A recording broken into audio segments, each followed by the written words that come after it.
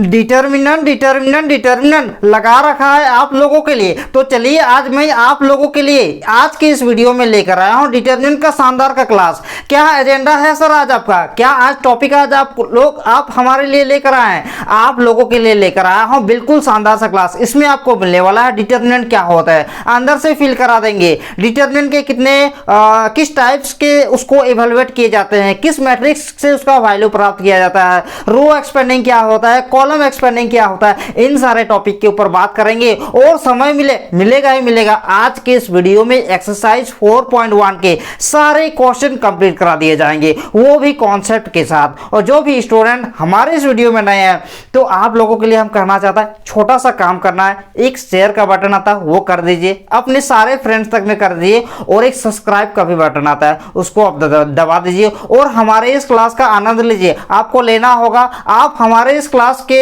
Help से आप अपने बोर्ड में अच्छे मार्क्स ला सकते हैं। चाहे आप किसी भी बोर्ड से हो या सीबीएसई से हो, आईसीएसई बोर्ड से हो, कोई भी फर्क नहीं पड़ता है। जी हाँ स्टूडेंट, आप लोगों के लिए हम डेली आप लोगों के लिए मेहनत कर रहे हैं, आप लोगों के लिए ही हमने ये बैच स्टार्ट की है। इस बैच में आपको क्या मिलने वाला है, एनसीईआरटी के कंप्लीट सॉल्यूशन, आपके 12th क्लास के बोर्ड के सारे सिलेबस कंप्लीट करा दिए जा रहे हैं, मैट्रिक्स हो चुका है, सारे प्लेलिस्ट अवेलेबल है इसके डिस्क्रिप्शन बॉक्स में। चाहे तो आप उसका अभी तक यदि क्लास नहीं किए हैं तो जल्दी से क्लास कर दीजिए, उसके मैट्रिक्स के प्लेलिस्ट बना दिए गए हैं। डिटर्मिनेंट का आज आपका फर्स्ट क्लास है, तो स्वागत है आप सभी का। मैं हूं देव कुमार, मैथ्स के इस महफिल में क्लास 12 के सारे स्टूडेंट का बहुत बहुत स्वागत है। तो आइए डिटर्मिनेंट का टॉपिक स्टार्ट करते हैं, लेकिन शुरुआत करने से पहले हम सबसे पहले आपको डेफिनेशन बताते हैं कि डिटर्मिनेंट क्या होता है। फील कीजिए।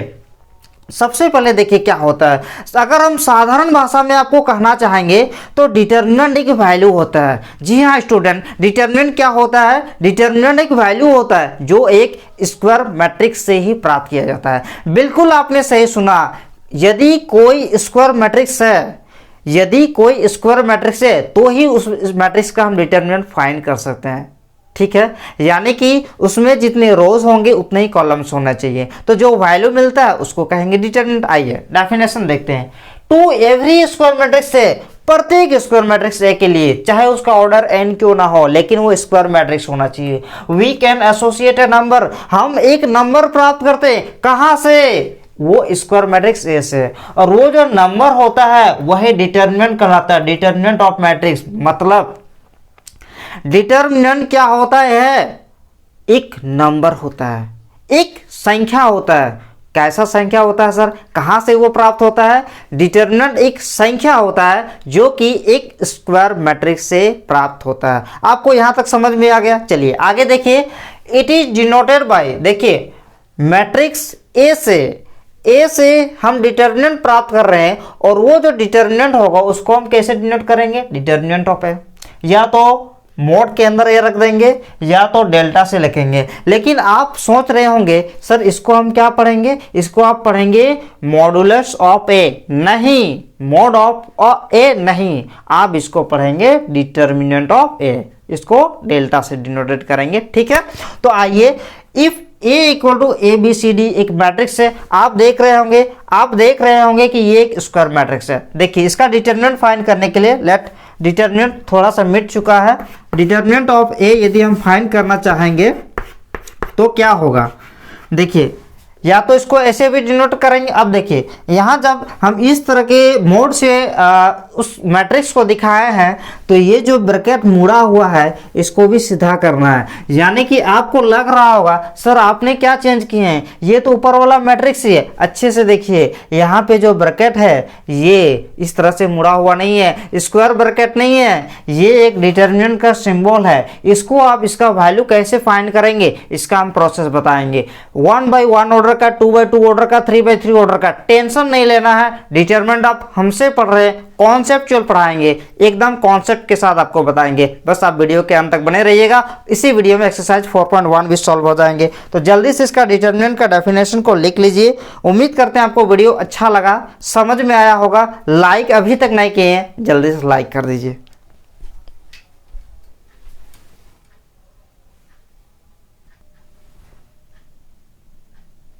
तो आइए स्टूडेंट टॉपिक बाय टॉपिक हर एक डिटरमिनेंट का सॉल्व करते हैं। देखिए determinant of A square matrix of order 1 by 1, यानी कि वो ऐसे स्क्वायर मैट्रिक्स जिसमें एक ही रो एक ही कॉलम होंगे, दैट इज 1 ऑर्डर के होंगे, उसका हम डिटर्मिनेंट कैसे फाइंड करेंगे। ये बिल्कुल ही आसान है, कोई दिक्कत नहीं होगा। चलिए एक मैट्रिक्स ले लेते हैं जिसका ऑर्डर क्या होगा, 1 by 1 होगा। मान लीजिए ए ले लेते हैं, बिल्कुल एक एलिमेंट है सर। इसमें आप क्या कीजिएगा, कुछ नहीं, इफ ए इक्वल टू कोई एक मैट्रिक्स है, देन मान लीजिए इसका हम डिटर्मिनेंट फाइंड करेंगे, तो ये जो मैट्रिक्स था ये अब मैट्रिक्स नहीं रहा, ये क्या रहा, ये डिटर्मिनेंट में चेंज हो गया। बहुत सारे स्टूडेंट यहीं पे गलती करते हैं, उनको पता ही नहीं होता है कि मैट्रिक्स का इस तरह का ब्रैकेट किया जाता है, जबकि डिटर्मिनेंट में ये किया जाता है।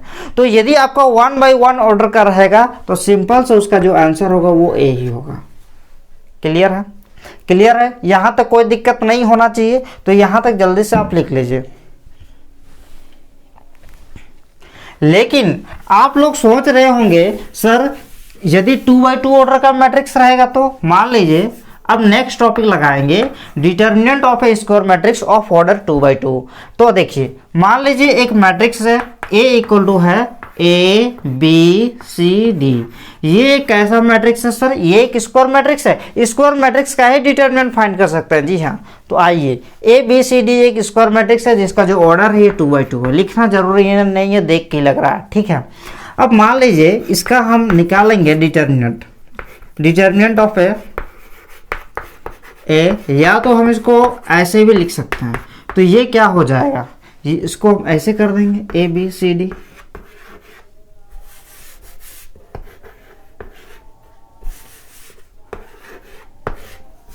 कोई दिक्कत, कोई परेशानी नहीं होना चाहिए। इसके बाद आपको ध्यान देना है, इसके बाद ध्यान देना है, आपको ये एलिमेंट को इसके साथ मल्टीप्लाई करना है और ये एलिमेंट को इसके साथ मल्टीप्लाई करना है, ठीक है। तो सबसे पहले इन दोनों को कीजिएगा, ए इंटू डी क्या हो जाएगा, ए डी। और जब इन दोनों के साथ करते हैं तो एक माइनस आता है। जी हाँ स्टूडेंट, यहाँ प्लस नहीं देंगे, एक माइनस देंगे, तो माइनस क्या आएगा, बी सी आएगा। तो क्या कीजिएगा, A D minus B C, या तो आप सी बी भी लिख सकते हैं। तो ए इंटू डी माइनस सी इंटू बी, तो ये जो वैल्यू आएगा ये उस डिटर्मिनेंट का वैल्यू आएगा। तो चलो लगे हाथ हो, हम एक एग्जाम्पल भी ले लेते हैं जिसका कोई वैल्यू दिया हो रहेगा। तो जल्दी से इसको नोट कर लेना है।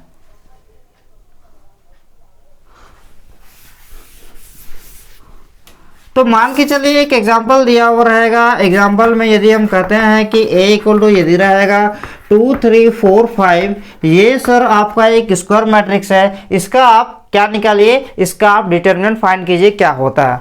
बहुत ही आसान है, इसका डिटर्मिनेंट यदि हम फाइंड करते हैं तो ये हो जाएगा 2 3 4 5 हो गया। अब क्या करेंगे, 2 को 5 से मल्टीप्लाई करेंगे, 2 इंटू 5, और जब इसको इधर से देखिए इन दोनों मल्टीप्लाई होगा, ये दोनों मल्टीप्लाई होगा, ये दोनों मल्टीप्लाई होगा, इस तरह का काम करना है। जब इसको और इसको करता है तो प्लस, लेकिन जब इन दोनों का करते हैं तो क्या होगा, -4 इंटू 3। तो ये हो जाएगा 2 इंटू 5 हो जाएगा 10, -4 इंटू 3 हो जाएगा 12। तो इसका जो आंसर आएगा ये आ जाएगा -2। तो देखिए आप लोग भी देख चुके हैं कि डिटर्मिनेंट वास्तव में और कुछ नहीं होता है, एक वैल्यू होता है जो कि एक स्क्वायर मैट्रिक्स से प्राप्त होता है। जल्दी से नोट कर लीजिए, इसके बाद हम 3 by 3 ऑर्डर का बताएंगे।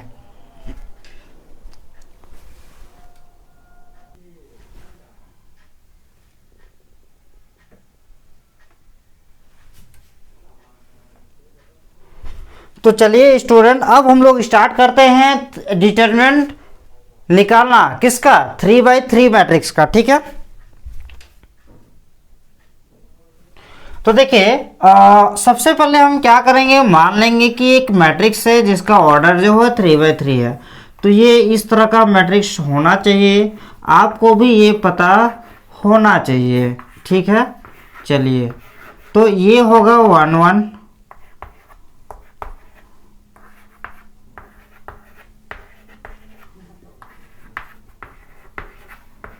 ये इस तरह का एक मैट्रिक्स होगा।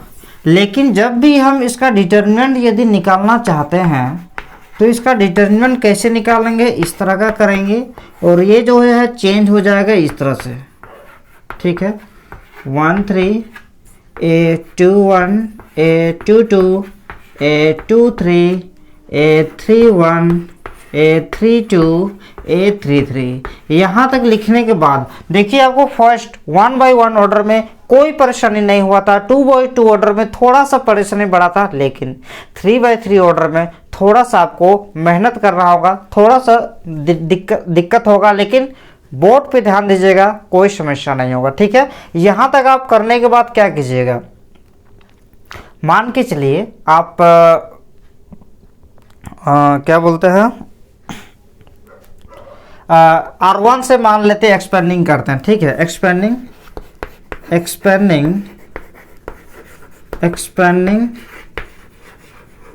अलोंग R1 मान लेते हैं। हम किससे एक्सपेंडिंग करते हैं, R1 से एक्सपेंडिंग करते हैं। ये first row, second row, third रो।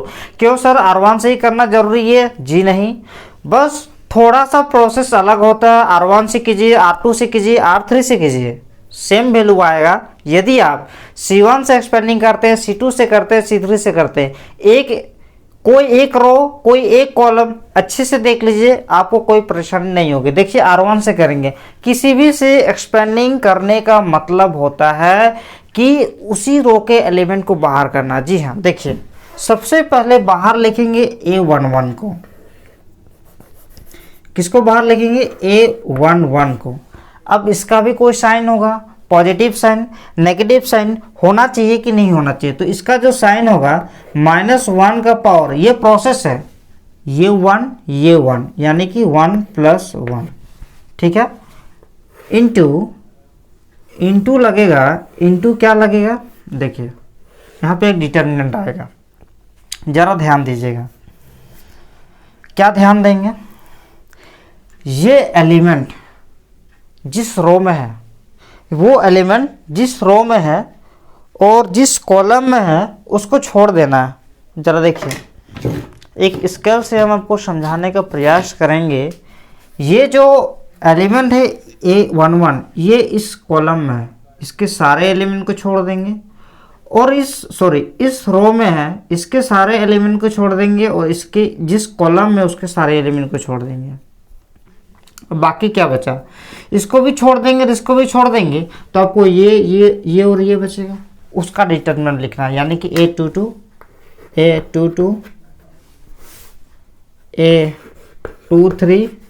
A32 A33। यहाँ तक आपको कोई दिक्कत, कोई परेशानी नहीं होना चाहिए। नेक्स्ट देखिए, अब ये एलिमेंट हो गया, हम R1 से एक्सपेंडिंग कर रहे हैं। R1 का एक और एलिमेंट है, एक ये A12। अब इसका भी कोई साइन होगा, पॉजिटिव या नेगेटिव। तो इसका जो साइन होगा, ये हम कैसे डिसाइड करेंगे?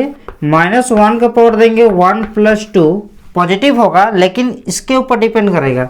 A12 मतलब थोड़ा आप गौर कीजिएगा, जिस रो में है, जिस कॉलम में है, उसका सम। देखिए 1, देखिए क्या दीजिएगा, -1 का पावर क्या देंगे? 1 + 2। ठीक है, चलिए यहाँ तक भी हो जाता है। जिस रो में है उसको छोड़ेंगे। सबसे पहले देखिए, ये वाले रो में है और ये वाले कॉलम में है, तो इसको यदि हम छोड़ देंगे, तो जब ये एलिमेंट बाहर होगा तो यही एलिमेंट अंदर होना चाहिए। तो एक बचा A21 A23 A21 A23, और ये हो गए A31 और ये हो गए A33। क्लियर है? नेक्स्ट क्या होगा सर? नेक्स्ट होना चाहिए हमारा A13 होना चाहिए, A13। अब इसका भी कोई पावर होगा, इसका पावर क्या होगा? -1 का पावर, -1 का पावर कितना देंगे? -1 का पावर दिए थे 1 + 1, -1 का पावर दिए थे 1 + 2, -1 का पावर क्या होना चाहिए? -1 का पावर होना चाहिए 1 + 3। ठीक है, अब इसमें भी कोई डिटर्मिनेंट आएगा, इसके भी सारे कॉलम को छोड़ देंगे और इसके भी सारे रो को छोड़ देंगे। अब बताइए बचेगा कौन? यही चारों बचना चाहिए। ठीक है, तो A21 A22 A21 A22 A31 A31 A21 A22 A31 A32। थोड़ा सा जगह नहीं है, आप सोच लीजिएगा, वहाँ का लाइन खींचने का हमारे पास प्लेस नहीं बचा। ठीक है, अब आपको ध्यान देना होगा, क्या सर जब भी हम क्वेश्चन बनाएंगे इतना हम लॉन्ग प्रोसेस करेंगे? नहीं, अब इसको अपने मन से भी हटा सकते हैं। देखिए A11 है तो इन दोनों का सम क्या होगा? 2 आएगा। अब -1 का पावर यदि 2 रहेगा यानी कि इवन नंबर होगा तब तो ये पॉजिटिव ही ना होगा। तो आपको लिखे या ना लिखे कोई फर्क नहीं पड़ता है। तो यहाँ पे आप A11 और ये दोनों मल्टीप्लाई करेंगे। देखिए -1 का पावर 2 पॉजिटिव देगा।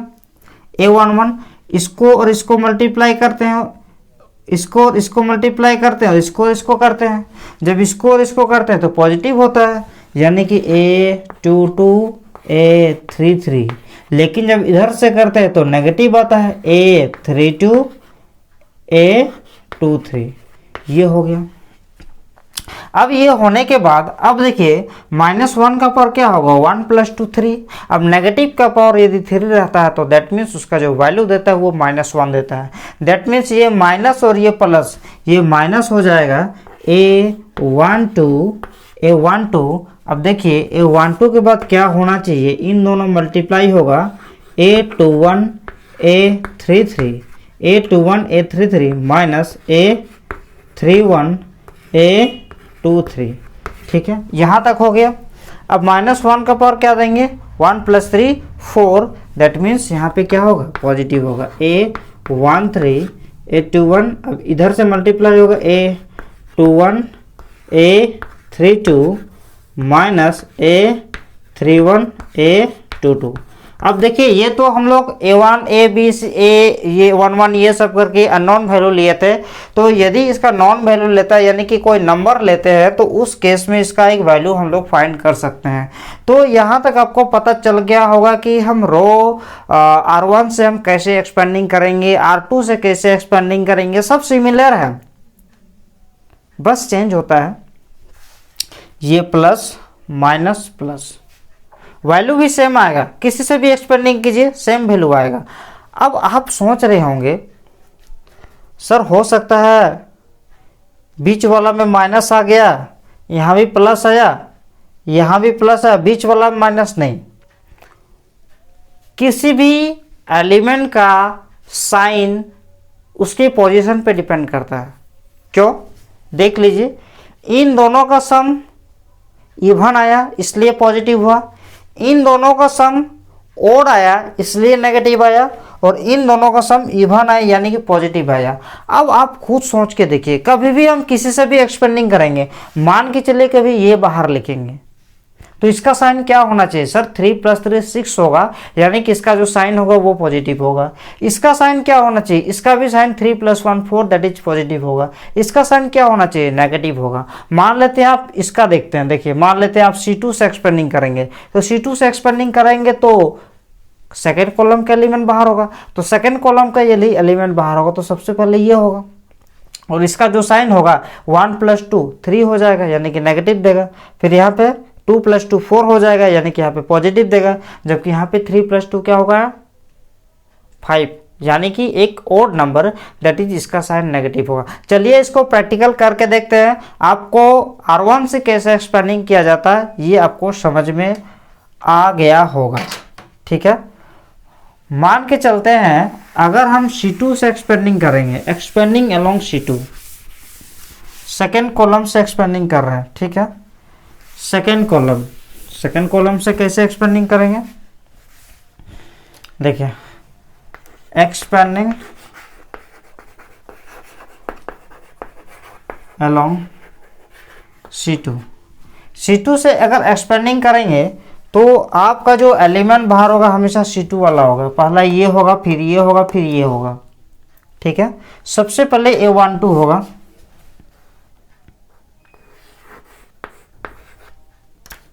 इसका साइन क्या होगा? नहीं भी लिखेंगे तो नेगेटिव होना चाहिए क्योंकि ये 1 2 है। रूल्स के अनुसार यहाँ -1 का पावर 1 + 2 हो जाएगा, जिसके वजह से इसको नेगेटिव होना पड़ेगा नेक्स्ट स्टेप में। यहाँ पे एक बगल में एक डिटर्मिनेंट आता है, यहाँ पे हम किस तरह का नंबर्स को रखेंगे?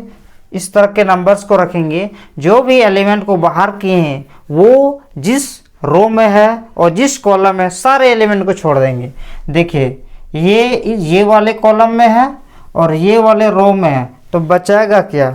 बच रहा है यही दोनों बच रहा है, यही चारों बच रहा है। तो इसको लिखेंगे A21 A23 A21 A23 और A31 A33। C2 से एक्सपेंडिंग कर रहे हैं।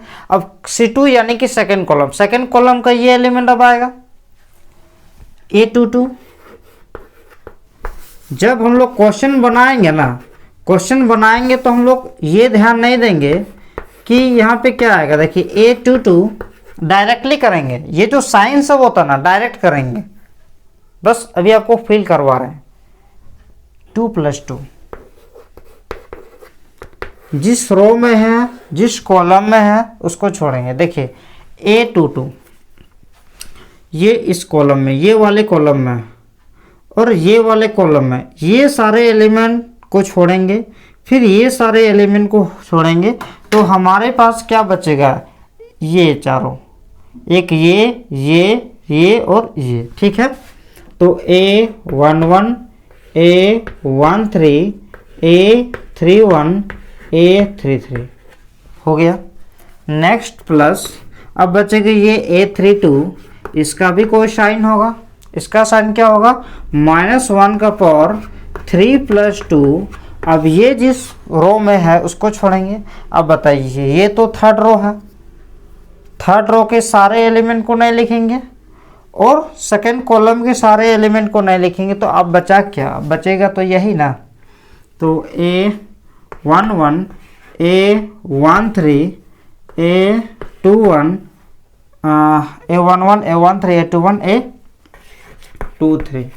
तो इस तरह से आप कर सकते हैं। और इसका जो साइन हुआ, देखिए इससे पहले वाला में बीच वाला में जब हम R1 से किए थे उस केस में बीच वाला का जो वैल्यू था वो आपका नेगेटिव आया था, लेकिन अभी ठीक उल्टा हो रहा है, बीच वाला का वैल्यू अभी पॉजिटिव देखने को मिल रहा है आप लोगों को। देखिए -1 का पावर 1 + 2 3, यानी कि ये नेगेटिव में आ जाएगा 1 2, और यहाँ पे आ जाएगा A21 × A21 A33 माइनस इधर से करेंगे तो नेगेटिव A31 A23। ठीक है, -1 का पावर 4 हो जाएगा, that is positive A22 A11 A33 A11 A33 minus A31 A13। ठीक है, अब देखिए यहाँ पे -1 का पावर कितना 5, दैट इज ये भी नेगेटिव में आ जाएगा। A32 यहाँ पे हो जाएगा A11 A23 minus A21 A13। तो इस तरह से अगर हम वैल्यू करेंगे, अगर हम प्रैक्टिकली एग्जांपल से देखते हैं तो इसका कुछ भी वैल्यू निकल सकता है। इसी तरह से हम R1 का कर दिए, C2 का कर दिए, आप C3 से भी एक्सपेंडिंग कर सकते हैं, C1 से कर सकते हैं, R2 से कर सकते हैं, R3 से कर सकते हैं। आपका वैल्यू क्या होगा, आपका वैल्यू सेम आएगा। तो यहाँ तक एक्सरसाइज डिटरमिनेंट क्या होता है, कैसे हम एक्सपेंडिंग करेंगे, ये सारे चीज़ हम आपको करवा चुके हैं। तो जल्दी से हम लोग स्टार्ट करते हैं एक्सरसाइज 4.1। तो सबसे पहले इसको लिखिए और हमें कमेंट भी कर दीजिए कि आपका क्लास कैसा लग रहा है। एकदम बेहतरीन क्लास देंगे आपको, पेड कोर्स में भी ऐसा क्लास नहीं मिलेगा। ठीक है, तो उसके लिए आपको छोटा छोटा जो काम बोलते हैं वो सब करते रहिएगा। ठीक है, क्या काम है सर, सब्सक्राइब करना, लाइक करना, शेयर करना। ठीक है, चलिए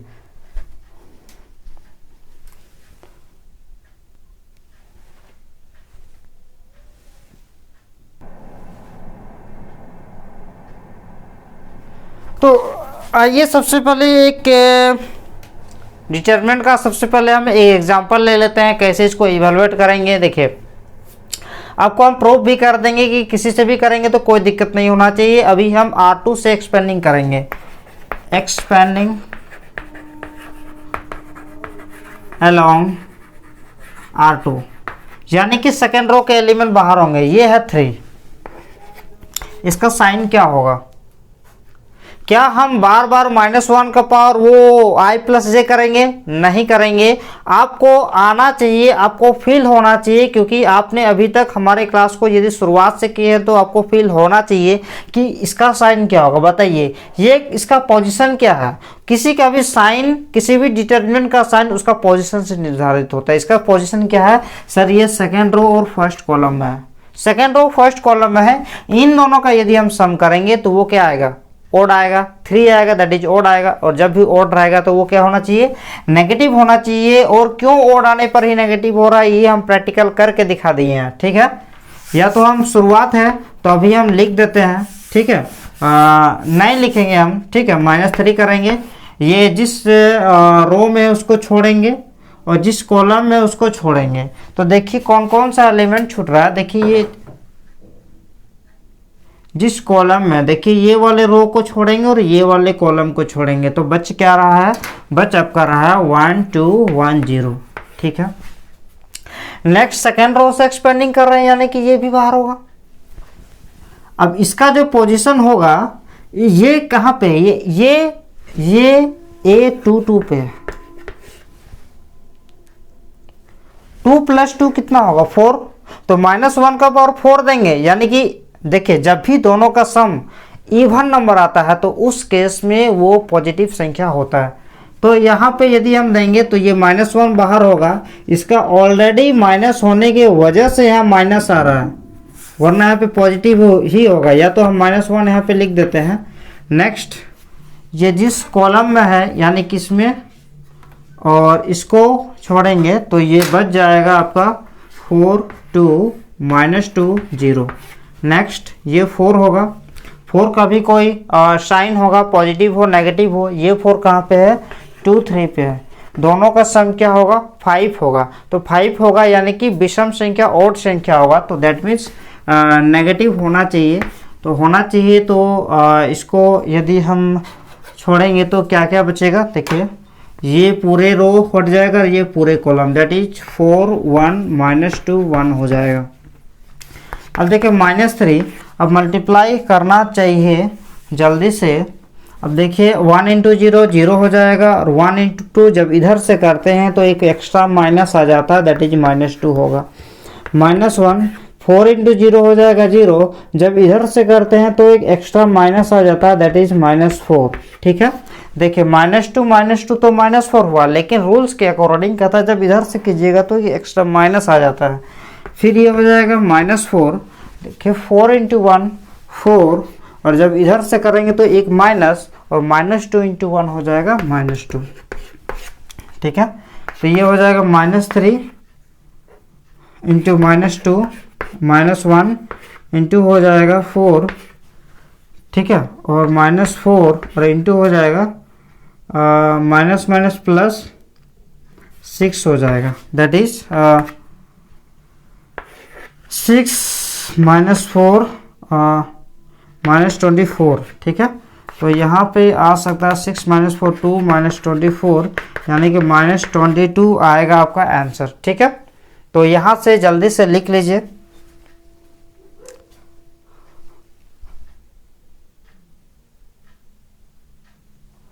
नेक्स्ट, यदि इसमें -22 आएगा तो किसी में भी -22 आना चाहिए।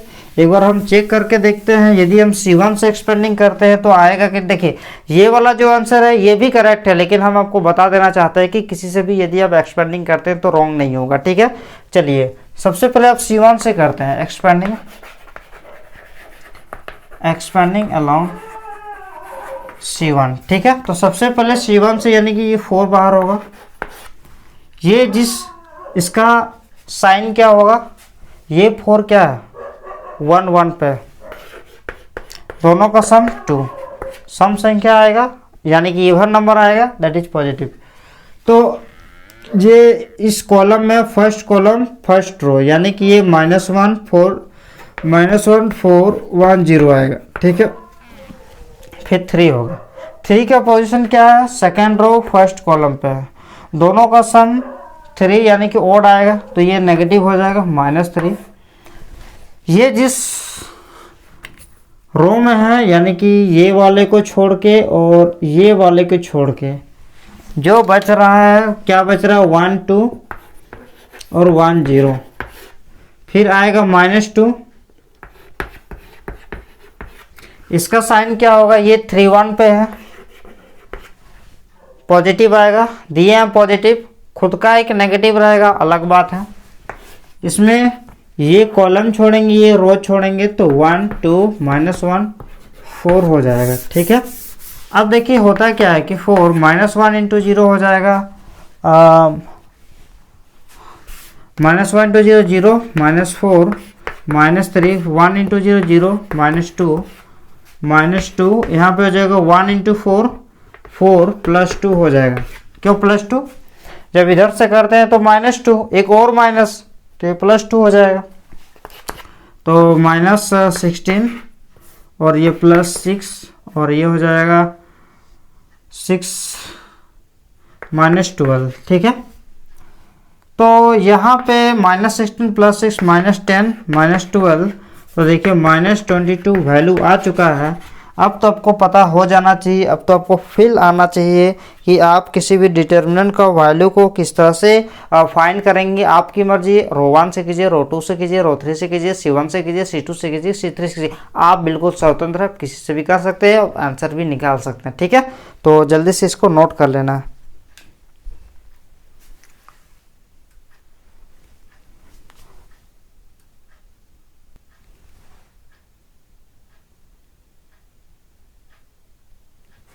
तो देखिए क्वेश्चन नंबर जो 1 है एक्सरसाइज 4.1 में कहता है कि इवेलुएट करना है, कि ये जो डिटरमिनेंट को इवेलुएट करना है, यानी कि इसका आपको वैल्यू निकालना है। ठीक है, मैट्रिक्स फॉर्म में नहीं दिया हुआ, डायरेक्टली आपको डिटरमिनेंट फॉर्म में ही पता है। तो आइए इससे बात करते हैं। तो सबसे पहले इसका तो हम एग्जाम्पल भी बताए थे, क्योंकि ये 2/2 ऑर्डर का है, 2 × -1, इधर से करते हैं तो एक माइनस, इन दोनों को मल्टीप्लाई कर देंगे, -5 × 4, तो ये हो जाएगा -2 और ये हो जाएगा +20, तो ये इसका वैल्यू 18 हो जाएगा, ये हो जाएगा आंसर। नेक्स्ट नंबर 2 का जो फर्स्ट वाला क्वेश्चन है, फर्स्ट वाला क्वेश्चन कहता है कि cos थीटा -sin थीटा और sin theta cos theta, sin theta cos theta. देखिए इन दोनों को मल्टीप्लाई करेंगे तो cos स्क्वायर थीटा, इन दोनों को मल्टीप्लाई करेंगे तो क्या होगा, -sin square theta, -sin square theta. ठीक है, तो cos square theta minus plus sin square theta, तो इसका जो वैल्यू हो जाएगा ये 1 हो जाएगा। आप कहेंगे कि स्क्वायर है तो यहाँ माइनस प्लस में हो जाना चाहिए, नहीं होगा, क्योंकि ये स्क्वायर ओनली साइन में है, पूरे में स्क्वायर नहीं है, गलती नहीं कीजिएगा। ठीक है, तो जल्दी से यहाँ तक लिख लीजिए। आप इसी प्रकार 2 का सेकेंड नंबर भी कर सकते हैं, तो पहले यहाँ तक लिख लेना।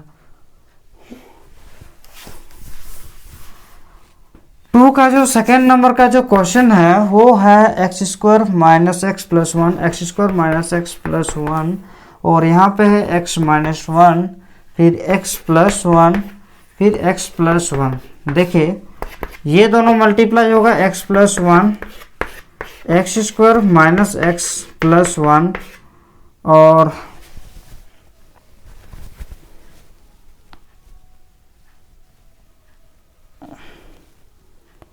और ये दोनों मल्टीप्लाई होगा। ठीक है, -x + 1 और ये हो जाएगा x - 1। ठीक है, अब इसको यदि हम मल्टीप्लाई करते हैं, x × x x³ - x² + x, अब 1 से करेंगे तो +x² - x + 1, और ये हो जाएगा a + b a - b, यानी कि x² - 1²। ठीक है, तो x³ -x² + x² cancel, +x -x cancel, x³ + 1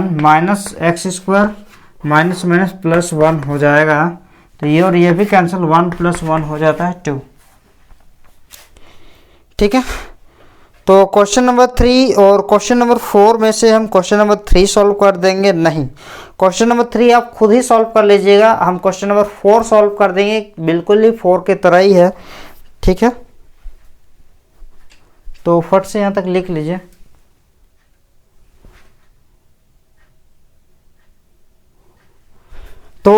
चलिए क्वेश्चन नंबर 4 को भी उड़ाते हैं। क्वेश्चन नंबर 4 कहता है कि एक मैट्रिक्स दिया हुआ है, देन शो दैट 3a करने के बाद जो 3a एक न्यू मैट्रिक्स होगा उसका डिटर्मिनेंट क्या कहता है, इक्वल होता है डिटर्मिनेंट ऑफ n को यदि हम 27 से मल्टीप्लाई करेंगे। जी हाँ, तो सबसे पहले हम क्या करेंगे, सबसे पहले हम निकालेंगे 3a का वैल्यू, 3a का वैल्यू निकालेंगे। तो 3 इंटू क्या हो जाएगा 1 0 1 0 1 2 0 0 1। ठीक है, तो 3 से यदि हम मल्टीप्लाई करेंगे तो 3 0 3 3 0 3 0 3 3 2 6। इसके बाद 3a का वैल्यू फाइंड करेंगे। तो 3a का वैल्यू यदि हम फाइंड करेंगे तो 3 0 3 0 3 6 0 0 3। ये पहले जो मैट्रिक्स था इसको हम डिटरमिनेंट में सबसे पहले चेंज करेंगे। अब देखिए, अब हमको एक्सपेंडिंग करना है। हम किससे एक्सपेंडिंग करेंगे, आपको भी पता है किसी से भी एक्सपेंडिंग कर सकते हैं, लेकिन बुद्धि करेंगे जिसमें ज़्यादा जीरो दिखाई देते उसमें करेंगे। कैलकुलेशन ईजी पड़ेगा, शॉर्ट होगा। ठीक है, तो C1 में भी ज़्यादा दिखाई दे रहा है और R3 में भी, लेकिन हम C1 से करेंगे। एक्सपेंडिंग अलोंग C1, 3 बार होगा। इसका जो पोजीशन होता है आपको भी पता होना चाहिए, ये पोजीशन पॉजिटिव होता है क्योंकि ये 1 1 पे है। तो फर्स्ट रो फर्स्ट कॉलम को छोड़ेंगे तो 3 6 0 3 आ जाएगा। नेक्स्ट ये बाहर होगा, इसका जो साइन होगा क्या होगा, 2 1 पे है, 2 + 1 3 दैट इज ऑड, यानी कि नेगेटिव होगा। जिस रो में है, जिस कॉलम में है छोड़ेंगे 0 3 0 3 होगा। नेक्स्ट ये भी बाहर होगा, ये भी पॉजिटिव होगा, लेकिन 0 है तो इस सबका कोई वैल्यू ही नहीं रह जाएगा। 3 3 6। ठीक है, तो 3 यहाँ पे 3 इंटू 3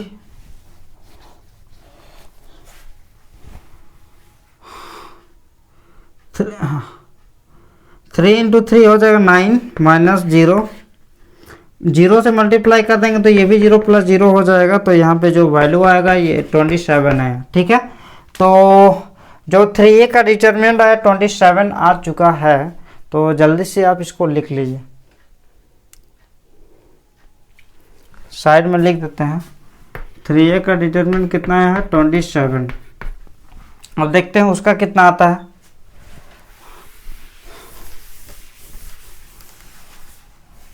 अब देखिए, सबसे पहले a का डिटरमिनेंट फाइंड करेंगे तो ये हो जाएगा 1 0 1 0 1 2 0 0 4। C1 से एक्सपेंडिंग करेंगे, expanding along C1 we get, तो क्या होगा 1 बाहर होगा। ठीक है, तो 1 2 0 4, फिर माइनस 0 करेंगे तो ये हो जाएगा 0 1 0 4, फिर प्लस 0 करेंगे तो 0 1 1 2 आ जाएगा। ठीक है, तो ये हो जाएगा 1 और 1 इंटू 4 4 माइनस 0, ये हो जाएगा -0 + 0, यानी कि दैट इज आया 4। 4 आने के बाद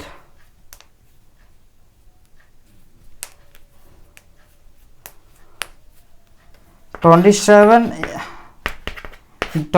ए का जो वैल्यू होगा 27 इंटू 4,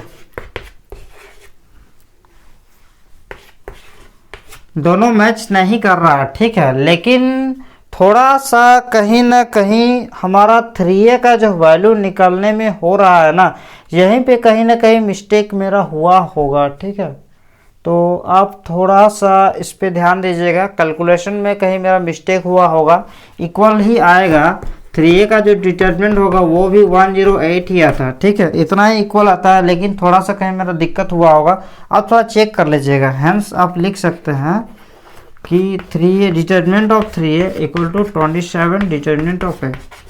ठीक है, ये प्रूव्ड हो गया। थोड़ा सा मेरा इसमें रॉन्ग है, लेकिन हमको पता है कि आप उतना जानकार हैं कि आप कर लेंगे। ठीक है, तो देख लीजिएगा, थोड़ा सा कहीं मिस्टेक हुआ होगा। तो देखिए एक्सरसाइज 4.1 का जो 5 नंबर क्वेश्चन है उसमें भी इवैल्यूएट करना है, और आपको इवैल्यूएट हम काफ़ी टाइम बता चुके हैं। तो 5 का 1 2 3 4 नहीं कराएंगे, खुद से कर लीजिएगा, होमवर्क रहेगा। क्वेश्चन नंबर 6 में कहता है कि एक मैट्रिक्स दिया हुआ है, इसमें आपको डिटर्मिनेंट ऑफ एन फाइंड करना है, तो वो भी आप खुद ही कर लेंगे। चलिए क्वेश्चन नंबर 7 की ओर चलते हैं। क्वेश्चन नंबर 7 में क्या कहता है?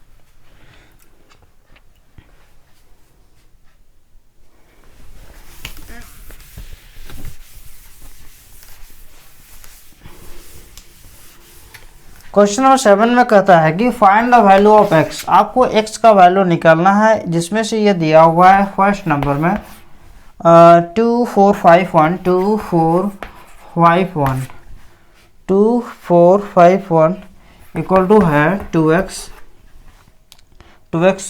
4 6x।